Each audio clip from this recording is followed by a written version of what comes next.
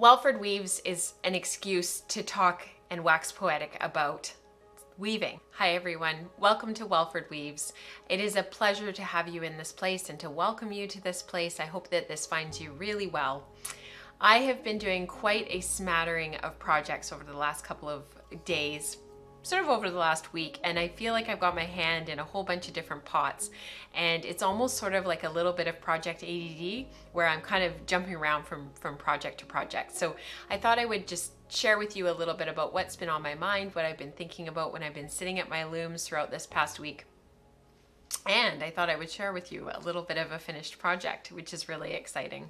So you can find me as Welford Pearls on Ravelry, but on Instagram you can find me as Wool and Spinning. And for those who maybe don't follow me or don't know about me, I host the weekly live stream that's called Wool and Spinning, and that's where we get into all of the hot topics like spinning, knitting with your hand spun, using your hand spun, some of the nuances of our hand spun yarns, all that really fun stuff. So I hope that you'll check us out over there.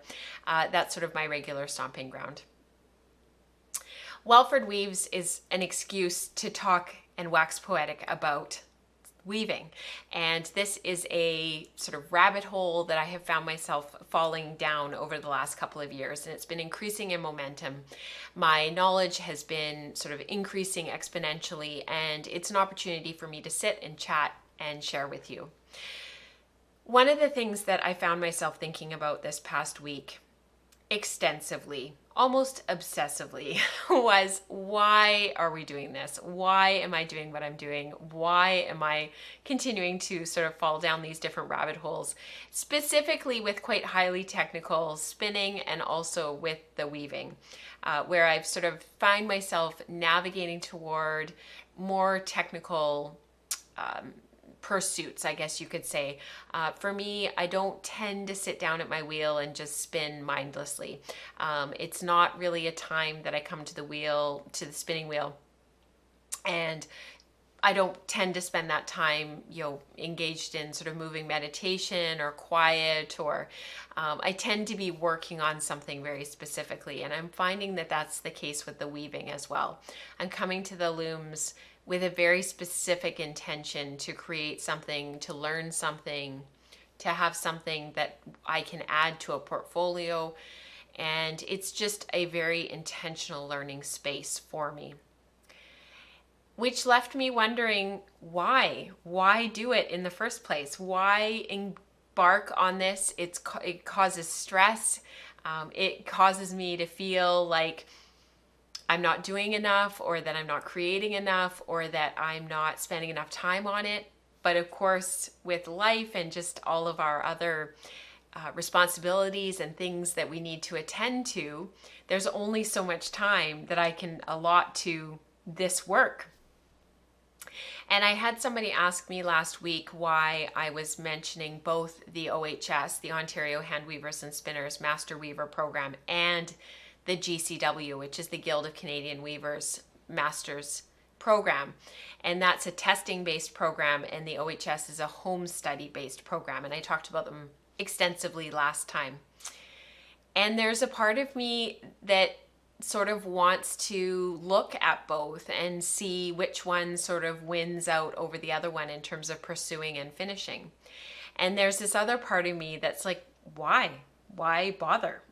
Is it really that important?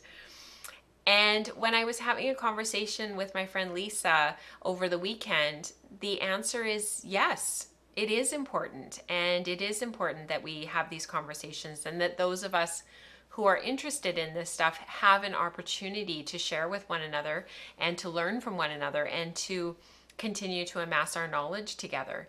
And absolutely, these resources are hard to find, and these books are difficult to find. Many of them are out of print, the ones that we are seeking and looking for in our knowledge acquisition, if you will. And we need to share, and we need to share resources, and that's difficult to do because we're spread out across the globe. But it's important. And the weaving itself and the act of hand weaving, even if you're on a computerized loom and you're using a computerized dobby, the you still want to know how that fabric is made and what the structural components are that made that fabric. What is the difference between a background, a ground, and a pattern in a piece of overshot?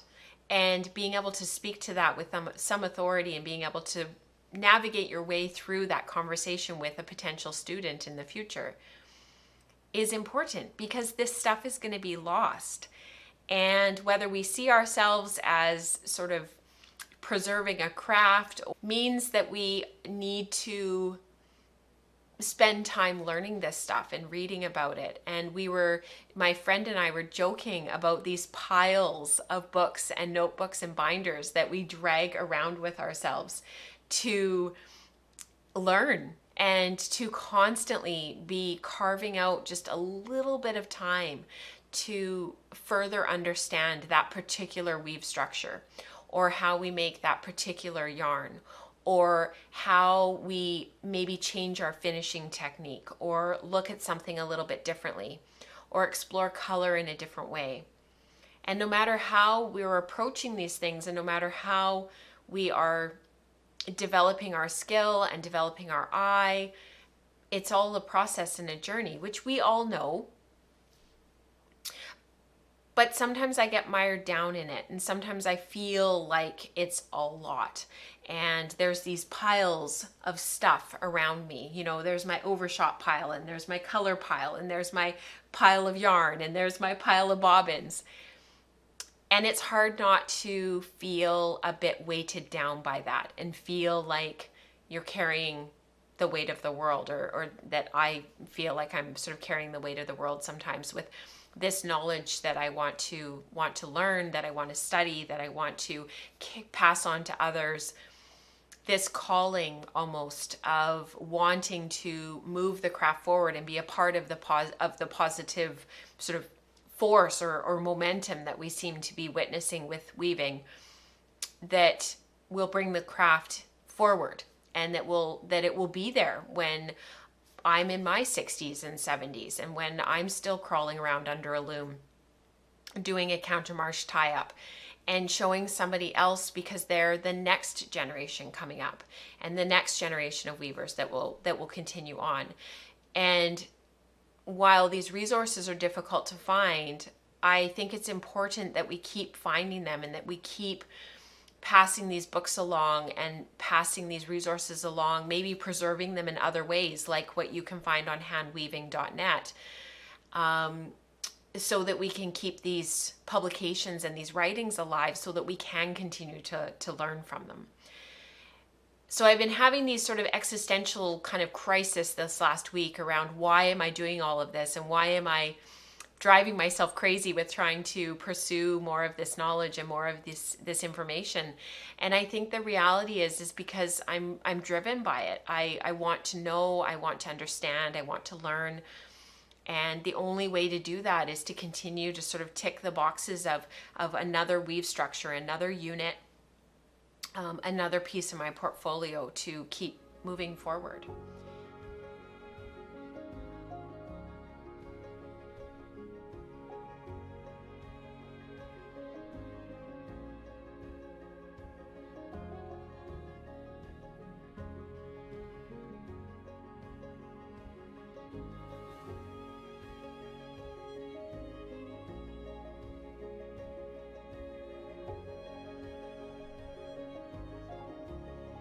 So one of those pieces that I did finish, that I do have as part of my portfolio now, is my color gamp. So this is my color gamp for my GCW. I'm going to put it in, I'm going to sort of, display it properly, and I'll sort of, get it all set up the way that I want it. And I was actually showing you guys the back side. But this is it here. It is woven out of 2/8 cotton. And my colors go from, I followed the instructions. I went from red to orange to yellow to green to blue to violet. You can see in the fringe there what the colors were. And I think the instructions were to ensure that the colors were at least 2.5 inches in reed. I made sure that that was the case. And So I ended up threading, I think I wound a warp of each color, ended up being 54 ends. I added 4 picks of white on either side. You could do that in white or black if you wanted, or you could have no border. It was up to you. And then 4 picks of white at the top and at the bottom. I did hem stitch it. Long term, I would love to have this like out on a table, sort of on display. One of the things that was really effective about this, in a different way that my rainbow towels that I did around Christmas time were, every single color on those was framed by black. Whereas with this, you really get to see how the color moves and how the color changes. So when you look at the blue, for example, you have the clean blue squares here where you've got blue warp and blue weft. But then your other remaining 5 colors, the blue moves through them, but there's no black in the way. So you can really see how the colors border on each other. Whereas with a thing of black in between each of the colors, I found it was a little bit more difficult to visualize how these colors were related and how similar they really were. So if you look at the orange here, this is orange, this is orange, this is orange, and this is orange. So this is, in this row here, you have orange warp, and in this row here, you have orange in your weft. Sorry, this is red. Never mind. We're just looking at these 3 here. So orange warp across here. And what I thought was so fascinating was, without the black being in the way and being in between, you can really see how these 3 colors are related. So the orange runs through all 3, for example, but they're really closely related, because with the green weft and then the blue weft and then the purple weft, it really gives you a really good understanding of how these colors can shift and change. And then from a distance, how they take on their own character in their own life. And this here ended up being my absolute favorite square out of the entire GAMP. And it is blue weft on orange warp. And it gives this beautiful muddy purple color. And I just love that. Some of the others that I loved was this brown down here, which is made with the orange, with the yellow and the purple. This one is the blue with the yellow. Again, a really beautiful tealy green. Has more of a blue quality, but it's really, really quite lovely. So this is the one side. This is sort of what I would call the cooler side for the weft. And then this is the warm side, the weft that was the warm. So this started off with red, orange, and then the yellow. And you can see you've got lighter, brighter colors. Again, I just love this in here, orange on blue. What can I say about actually weaving this? So there are a few things. I put on a very short warp. So the thread shifted quite a bit around my back apron rod. If I were to do that again, there's a couple of things I would do. Because the thread shifted quite a bit, I think I would make the warp just a smidge longer so that I could actually wind the back apron rod just one time to make sure that those threads wouldn't shift.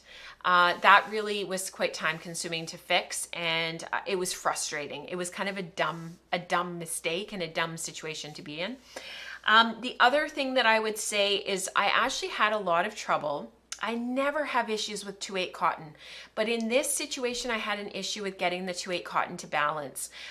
Getting a 50-50 weave was actually quite challenging, and I slayed the reed at 18 ends in reed, but with draw in, it was weaving more at 20 and 20. And I got a balanced weave post washing. It's balanced at 21 and 21, and it's made just a beautiful cloth. I would absolutely weave 2/8 cotton at this again, but I had to beat quite hard.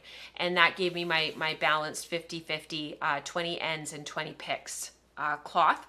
I don't usually weave 2/8 cotton that tight. I generally will open it up a little bit and weave it at 18 at the fell. And so that was a little bit different. However, I really, really like the salvages that I got.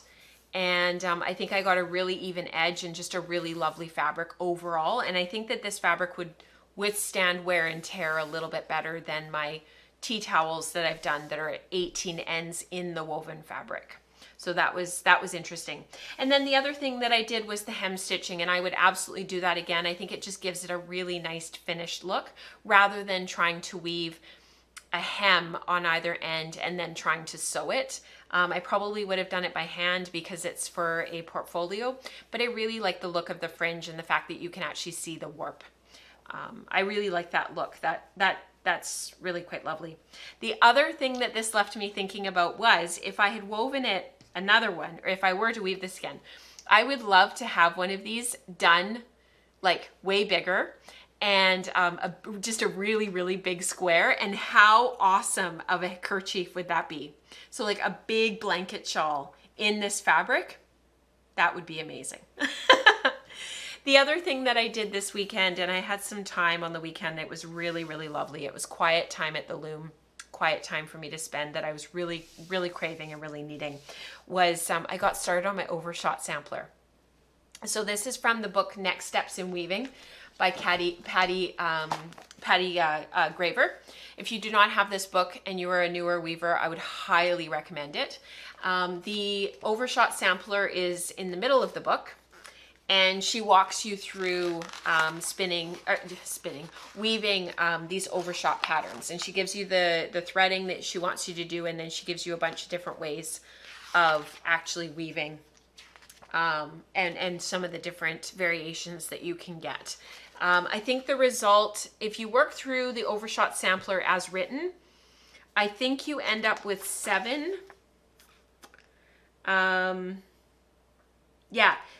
inches long each pattern. I'm not exactly sure how many of the individual little samples you end up with. I think it's 6 or 7, but the idea, 9 different threadings for this sampler. So by the time you're finished, you'll have a good understanding of overshot and the variety of patterns that can be achieved from the same warp threading.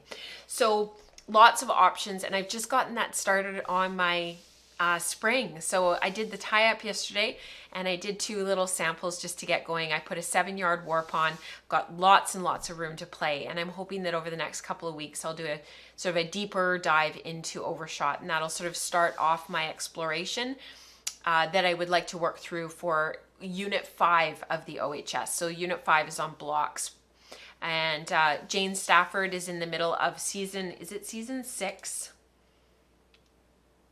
Season 6, and that's on blocks and profile drafts. So that'll be really fun to kind of watch through that and start that journey over the next few weeks, and hopefully we can have more conversation here on welfordWEAVES about that exploration that's coming up, and I'll explain what overshot is for those who have never heard of it or don't know what it is yet and haven't kind of quite gotten there. So we'll talk about that in the coming weeks. But in the meantime, I'm going to figure out how to keep this lovely and keep this organized and just looking all beautiful while I sort of move on to the next thing. One of the projects that I would like to work on is woven wool yardage for my GCW. So that's one of the final pieces of weaving that you have to submit for that portfolio work. So that will be coming up next. And I will also be finishing up my twill gamp for the GCW. I have just put that onto the loom. It needs to be threaded and slayed, and I will weave that off. And that will be 3 projects towards the first part of my basics for the GCW. And it'll be really fun to get some feedback on my weaving. That is it for me. That's a lot of stuff. I said the other day to friends that I was sort of chipping away at things slowly, and they were like, that's not slow. And they made me laugh, but this is also part of like what I do. So I think that, you know, when I'm figuring out my why and I'm asking my why and I'm questioning myself and I'm figuring out, you know, what it is that I want to do, I am making a study of all of this. So I think that that's really important for me to remind myself of sometimes, is like, it's okay to be working at sort of a certain momentum. And then my job is to turn around and share it all with you guys, which is really exciting. So the other thing that I have going that I really wanted to tell you about, but I'll save it for next week, is my Unit 2 on color and design. So I'll share my binders with you guys next week and talk through a little bit of my process. And then the last thing that I'm going to leave you with before I say goodbye I was having a little bit of a brainstorm with my friend Jenny, and many of you will know who Jenny is if you're part of the wool and spinning community. And we were talking about how we organize our weaving project records, and we were trying to figure out how to do it. And we came up with this brilliant idea. So this cost $10 at Staples to put together. I did have to pay for the printing and for the paper, but if you have a laser printer at home, you can probably print it off pretty easily. I printed off 75 pages of 8.5 by 11 paper, and then I cut that paper in half for a total of 150 pages in this. So this is 150 pages here, but it was only 75 double-sided printed. And then I got the front laminated, so this is laminated. And of course I got it spiral bound. And it's a little bit bigger than it would have been if I had folded everything and not cut it, because if you folded it, they would have had to cut it before they spiral bind. So take the time to cut your sheets. But I'll just give you an up close of what this looks like.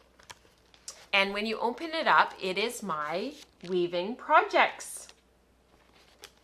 So there's my yarn sample, all of my measurements on loom, the loom that I used, what it was for, all of that kind of stuff. And then I've got my overshot on the next page. This is my yarn sample.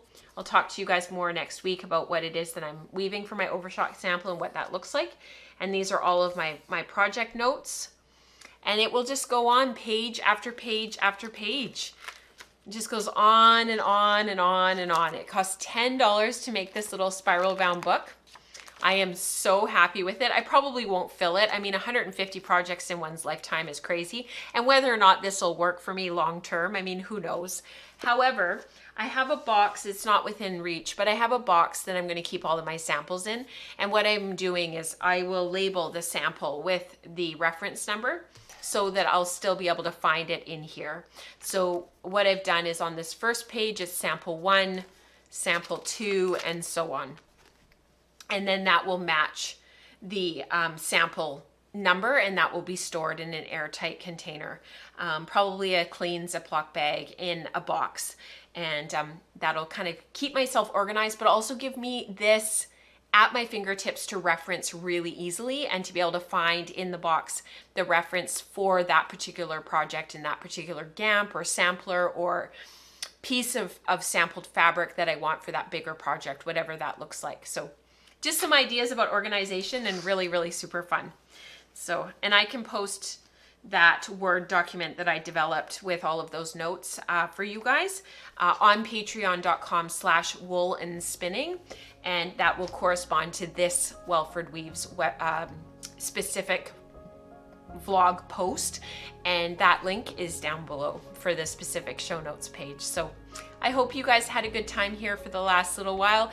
I will see you again next week, same time, same place, and until then, happy weaving. Bye everyone.